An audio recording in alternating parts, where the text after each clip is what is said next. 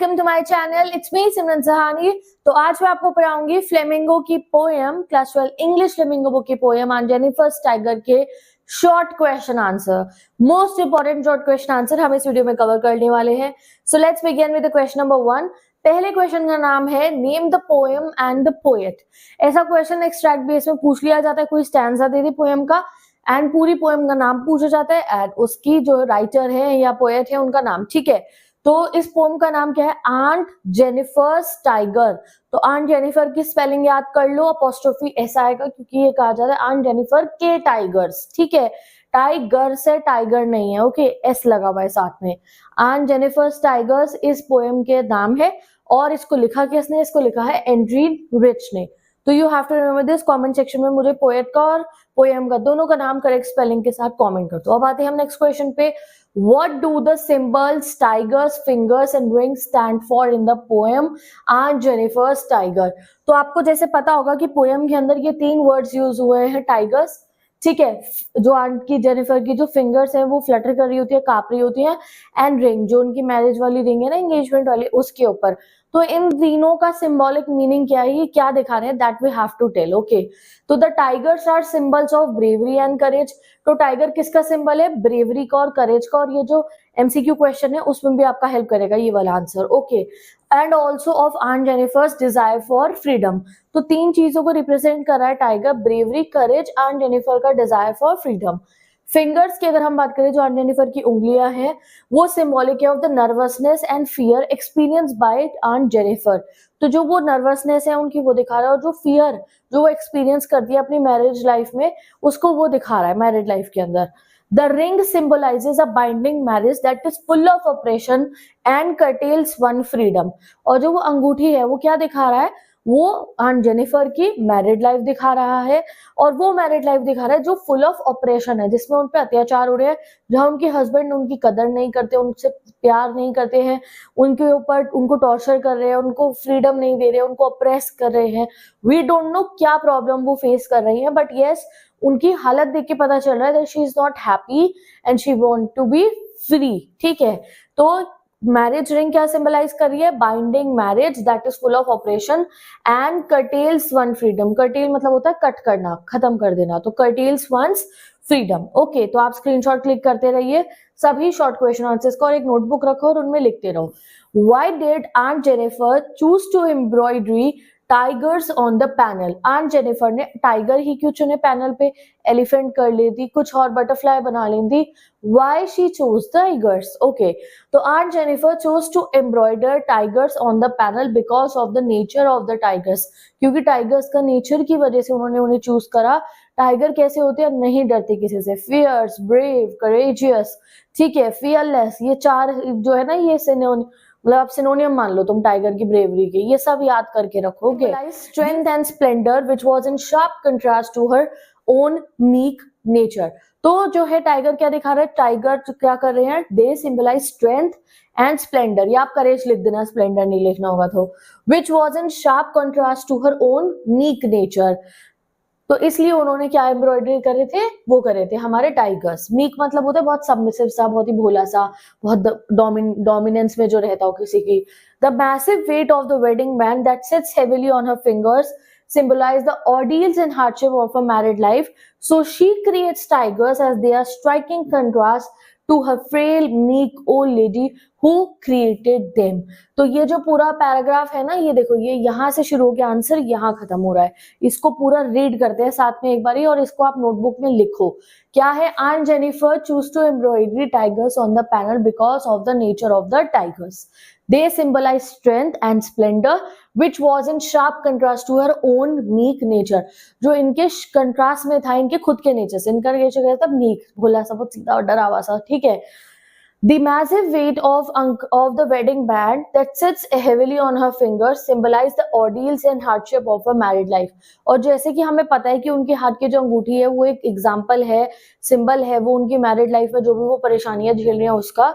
So she creates tiger, तो इसलिए उन्होंने एक टाइगर बनाए हैं as they are striking contrast to her, क्योंकि वो बिल्कुल ऑपोजिट है आंट जेनिफर के। फ्रेल मतलब नाजुक, मीक मतलब वही जो मैंने कहा डरा सहमा हुआ, old lady who created them. तो उन्होंने टाइगर जान के बनाया, बटरफ्लाई बनाती नाजुक सी होती है वो भी, ठीक है, कोई और वो एनिमल बनाती नाजुक सा, चिड़िया बनाई थी छोटी सी वैसी, नो, उन्होंने बनाया टाइगर जो उनकी पर्सनालिटी से बिल्कुल अलग था, because she wanted to be like tigers. उन्हें भी टाइगर्स की तरह बिल्कुल जोश में आ जाना था, डरना नहीं था किसी से। और कहीं ना कहीं वो टाइगर, वो उनके जो डोमिनेंस उन्हें झेलनी पड़ी थी ना, जो अपने हस्बैंड से जो मेल शॉविनिज्म वो झेल रही थी, वो कहीं ना कहीं वो टाइगर में वो भी दिख रहा था कि जैसे टाइगर अपना जो है ना जंगल पे राज चलाता है, वैसे ही उनके जो हस्बैंड है उनके ऊपर अपना राज चलाते हैं। Okay, what are the characteristics of the tiger that lend contrast to the aunt. तो भाई क्या ऐसे चीजें हैं जो हमारे आंटी के और टाइगर के बीच में डिफरेंट है। तो बहुत सिंपल आंसर है, टाइगर आर फियरलेस, शिवलरिक मतलब बहुत करेजियस हो गया, they are confident, they enjoy their freedom. On the other hand aunt is oppressed, victim of male dominated society. तो ये कुछ पॉइंट्स ना, मतलब हर एक को रट्टाबाजी मत करो, तुम्हें लिखना है टाइगर क्या सिंबलाइज करता है, आंटी क्या सिंबलाइज करती है, और कोई भी आंसर आप बना के लिख सकते हो। How has Aunt Jennifer created her tigers, what traits of tiger do they reveal. Aunt Jennifer के टाइगर कैसे हैं, उनको एक्सप्लेन करो। तो Aunt Jennifer's had created shining topaz yellow coloured tigers. तो उन्होंने कैसे बनाया, बिल्कुल टोपैज होते हैं, येलो से कलर का पत्थर होता है, तो उस येलोइश कितने सुंदर टोपैज कलर वाले जो पत्थर के जैसे रंग का इन्होंने टाइगर बनाया है। Who are denizens of a dense green forest, denizen मतलब रहने वाले, जो कहाँ के रहने वाले, dense green forest के। They are fierce, बहुत ताकतवर, बहुत ही ज्यादा fearless है, मतलब किसी से नहीं डरते, unafraid and fearless and pace in sleek chivalric certainty। pace मतलब होता है चलना, हल्का हल्का चलना, तो वो पेस करते हैं स्लीक, स्लीक मतलब स्मूथली, एंड शिवलरिक मतलब करेजियसली, सर्टेनिटी। ओके, तो ये आपका हो गया। Next question, why are aunt Jennifer's hand fluttering through her wool. ये क्वेश्चन आता ही आता है जेनिफर में से, क्यों उनकी जो उंगलियां हैं वो कांप रही हैं। अभी ये शॉर्ट में, अभी ऐसा एक दो लॉन्ग में भी कराऊंगी, ठीक है। तो Aunt Jennifer is a victim of gender oppression at the hands of her husband. तो तुम्हें बताना होगा Aunt Jennifer gender oppression face कर रही है at the hands of her husband, उनके हस्बैंड उनको ऑपरेस कर रहे हैं। She lives a life of total domination and constant fear. वो बहुत दबाव में जीती है और डर में जीती है। So she feels nervous and terrified that the hand shake and flutter through her wool as she sit down to knits. ठीक है, तो इसलिए वो शी फील्स नर्वस, क्योंकि उनके हस्बैंड उनको बहुत जो है आपको डरा के रखते हैं, तो वो नर्वस एंड टेरिफाइड फील करती है। इतना नर्वस एंड टेरिफाइड फील करती है दैट उनके जो हैंड्स है वो शेक करते हैं एंड फ्लटर करते हैं, इवन उस ऊन को बुनते हुए भी जो वो बैठती हैं बुनाई करने के लिए। ठीक है, How do denizens and chivalric add to our understanding of the tiger's attitude? Denizen और chivalric हमारा टाइगर को समझने में कैसे मदद करता है? तो word denizen means they are proud of their home. Denizen मतलब होता है कोई कहीं का रहने वाला। I am denizen of jungle, अगर कोई टाइगर आके कह रहा है तो मतलब वो बहुत प्राउड है कि भाई मेरा यहाँ मेरा इलाका है ये, ठीक है।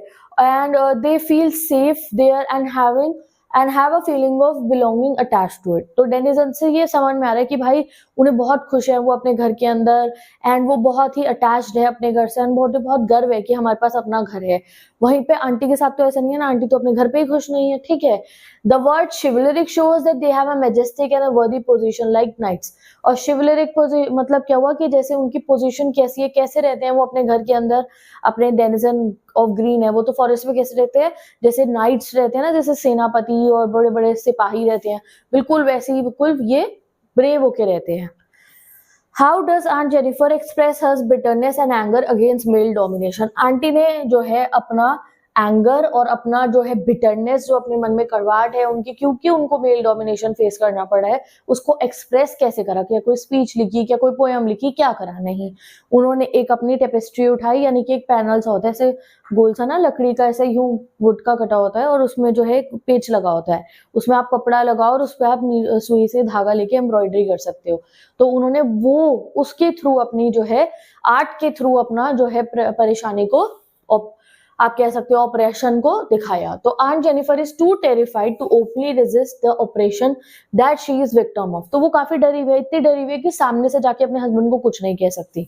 She expresses a bitterness and anger against male dominance silently through her art. तो इसलिए उन्होंने अपना जो परेशानी है उसको साइलेंटली दिखाया अपने आर्ट के through. She creates tiger on her tapestry animals that are symbolic of bravery, fearlessness and strength. Besides, she portrayed these tigers as creatures of unafraid of the men around them. ठीक है, साथ ही के साथ में उन्होंने ये कहा कि tigers do not fear the men beneath the tree. तो men beneath the tree होते हैं हंटर्स. तो टाइगर को हंट करने, जैसे आपको पता है बहुत इलीगल हंटिंग होती है टाइगर्स की, पोचिंग कहते हैं जिसको, बहुत कुछ होता है, बट टाइगर डरते नहीं है किसी से भी. तो जैसे कि आंटी डरती है अपने हस्बैंड से, बट टाइगर किसी आदमी से नहीं डरता है. The tigers she created are wild and free from any kind of bondage. वो wild है और free है किसी भी टाइप की bondage से. तो I am telling you guys, साथ के साथ ना एक थोड़ा सा आप अपने लिए मेहनत करो, कॉपी लाओ और इन्हें नोट डाउन करते रहो, तुम्हें इतने अच्छे से आंसर फॉर्मेशन प्रैक्टिस हो जाएगी. ठीक है, और ये तो 10-12 क्वेश्चन है ना, इन्हीं के अलावा कोई क्वेश्चन नहीं आ सकता आपके पेपर में, चैप्टर में से. हाँ, वो लॉन्ग अलग कराऊंगी, आर्टिकल और कॉम्प्रीहेंशन टाइप वाले आपके जो क्वेश्चन आ रहे हैं आजकल, कॉन्वर्जेशन और वो डायरी एंट्री लिखने वाले, वो अलग कराऊंगी 2-3 में. बट ये शॉर्ट क्वेश्चन बस, कुछ पढ़ने की जरूरत ही नहीं है, इससे ऊपर तुम्हारे को, तुमने ये शॉर्ट क्वेश्चन कर लिए तो ठीक है. तो her terrified hands will lie still ring with the ordeal she was mastered by. इस लाइन का मतलब बताओ. तो these lines convey aunt's complete submission to the oppressive authority of her husband. तो ये लाइन क्या डिस्क्राइब करिए, आंटी का कंप्लीट जो है सबमिशन. अब उन्होंने घुटने टेक दिया, वो प्रोटेस्ट भी नहीं करना चाहती हैं, वो थक गई हैं, हार गई हैं और उन्होंने हार मान ली है. ठीक है. The fear of her husband has gone so deep into her mind that even death cannot liberate her from the chains of her mental suppression. यानी कि इसका बहुत गहरा मीनिंग है कि अब वो इतना अपने हस्बैंड से डरती हैं कि वो शायद मर भी जाएंगी ना, उसके बाद भी ये यादें उनके दिमाग में से नहीं जाएंगी, ये कभी भी उनसे डरना बंद नहीं करेगी. जैसे कोई कहता है ना, अरे यार इससे अच्छा तो मर जाए. ठीक है, कोई गुस्सा होकर ऐसे बोल देते हैं लोग, तो आंटी ये भी नहीं कह सकती हैं, क्योंकि उन्हें पता है मैं मर भी जाऊंगी ना तो भी ये यादें मुझे सताती रहेंगी. Memories of her husband, tortures and atrocities which bent her into humiliating slavery will continue to haunt her even after her death. यानी कि जो उनके हस्बैंड उन्हें टॉर्चर करते थे, ठीक है, बस इतना लिख देना है ना, तो जो है will continue to haunt her even after her death. चाहे आप ये मत लिखना atrocities her into humiliating slavery, ये मत लिखना. ठीक है. memories of her husband's torture will continue to haunt her even after her death. ठीक है. 10th question, what do you understand by massive weights of uncle's wedding band? This is the most important question. ठीक है, मैंने कहा था ना पहले भी आएगा, अब भी आएगा, बार बार ये क्वेश्चन आएगा. तो generally wedding band is symbol of Joy and happiness. देखा लोगों को सगाई पे अपनी कितनी खुश होते हैं, रिंग पहनते हैं भैया, करोड़ों की, लाखों की, सुंदर सुंदर डायमंड की. अब आंटी के लिए क्या है भैया, आंटी के लिए तो ये एक परेशानी का कारण बन गई है. But in case of Aunt Jennifer it has become a symbol of torture and oppression. उनके लिए उनकी शादी की अंगूठी क्या है, टॉर्चर और ऑपरेशन है. Her relationship with her authoritative husband has become a painful burden to carry. तो उनका जो रिलेशन है अपने हस्बैंड के साथ में, वो बहुत अथॉरिटेटिव है उनके हस्बैंड, तो उनका रिलेशन कैसा बन गया, बहुत पेनफुल बन गया है. Her wedding band has brought her a world of pain, misery and torture. तो उनका जो वेडिंग बैंड है उसने उनको क्या दिया है, pain, misery, torture. She has lost her freedom and enter world of oppression and humiliation. Okay, अगला question, why do Aunt Jennifer's finger flutter through a wool? Why does she find it hard to pull the ivory needle? क्यों उनके हाथ कांपते थे, क्यों वो जो है एक सुई से तरीके से उसे पकड़ के एम्ब्रॉयडरी भी नहीं कर रही थी, कांप रहे थे उनके हाथ. तो Aunt Jennifer's live in a constant fear of her chauvinist husband. तो Aunt Jennifer क्योंकि वो अपने जो है इतने डोमिनेटेड हस्बैंड के साथ में हमेशा रहती है, इस वजह से she feels so nervous and terrified that her hands shake and flutter when she sits down to knit. तो ये मैंने ऊपर आपको कराया था, वही सेम है. अब आगे इसको हम एक्सटेंड करेंगे. कॉन्फ्रंटिंग कॉन्स्टेंट फियर, कॉन्फ्रंटिंग मतलब सामना करना कॉन्स्टेंट फियर का. And bearing the constraints of married life she has become nervous wreck. She find it difficult to pull the ivory needle through the tapestry more because of mental suppression than because of physical weakness. तो ये line अगर आपने लिख दी ना तो आपको number मिलेंगे board exam में. That she finds it difficult to pull the ivory needle through the tapestry more because of mental suppression. जो वो मेंटली इतना उनको दबदबा दिया जा रहा है, इतनी दबाव में है वो मेंटली, उसकी वजह से वो आइवरी नीडल नहीं निकाल पा रही हैं. Not because of physical weakness, कोई फिजिकल वीकनेस उन्हें नहीं है कि उनको न्यूरोलॉजिकल कोई प्रॉब्लम उनकी ना कुछ होते हैं ना, जैसे कई लोगों के हाथ कांपने लगते, वो कुछ नहीं है, वो दिमाग से इतनी परेशान है कि उनके हाथ कांप रहे. Okay, next question, what is Aunt Jennifer's death symbolic of? Aunt Jennifer की डेथ क्या सिंबल है? तो आंट जेनिफर की डेथ मतलब ये नहीं है कि वो मर गई है, उनकी डेथ का मतलब है her complete submission to her suppression. अब वो अपने हस्बैंड से लड़ नहीं रही, कुछ नहीं कह रही कि मुझे फ्रीडम चाहिए, समथिंग दैट, नो, उन्होंने घुटने टेक दिए, now she is living that life. Okay, how is Aunt Jennifer affected by the weight of matrimony? तो Aunt Jennifer cannot do things freely. क्या प्रॉब्लम आती है मैरिड लाइफ में? उनको कुछ खुद से सोच के बनाओ।